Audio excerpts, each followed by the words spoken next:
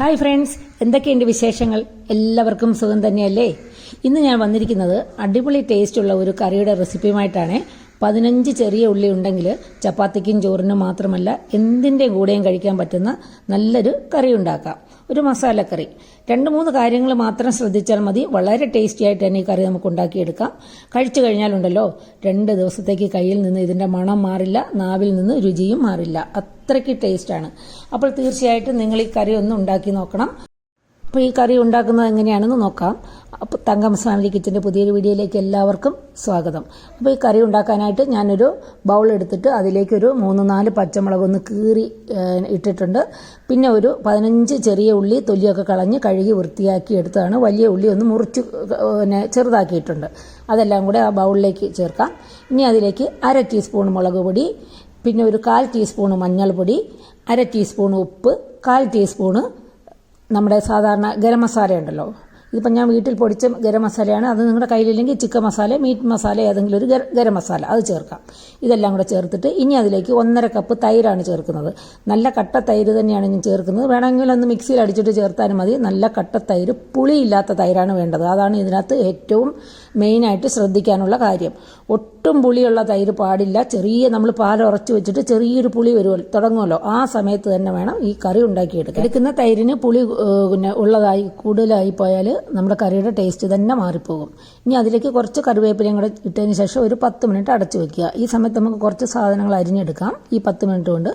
ഇനി ഞാനെല്ലാം അരിഞ്ഞെടുത്തിട്ടുണ്ട്. ഇനി നമുക്കൊരു പാനിലേക്ക് അല്ലെങ്കിൽ ഒരു ചട്ടിയിലേക്ക് 2 ടേബിൾ സ്പൂൺ വെളിച്ചെണ്ണ ഒഴിച്ചിട്ട് 1/2 ടീസ്പൂൺ ജീരകവും 1/2 ടീസ്പൂൺ പെരുംജീരകവും കൂടി ഇട്ടൊന്ന് കടുക് വറുക്കുന്ന പോലെ ഒന്ന് പൊട്ടിച്ചെടുക്കുന്നുണ്ട്.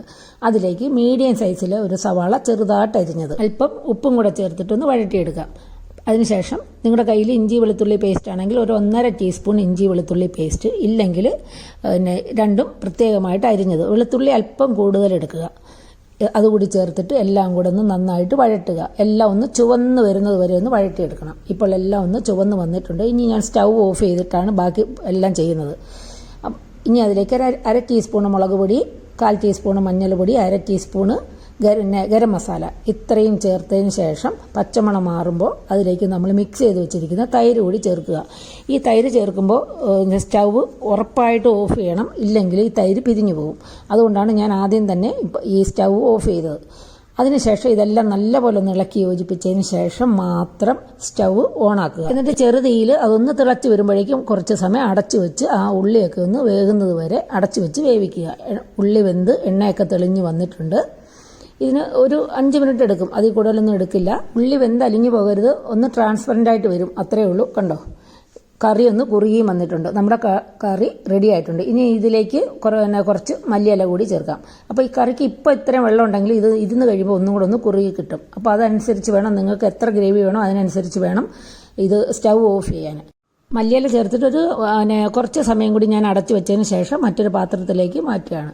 അപ്പം നമ്മളെ എന്തിൻ്റെ കൂടെയും കഴിക്കാൻ പറ്റുന്ന നല്ല അടിപൊളി ടേസ്റ്റുള്ളൊരു കറി റെഡി ആയിട്ടുണ്ട്.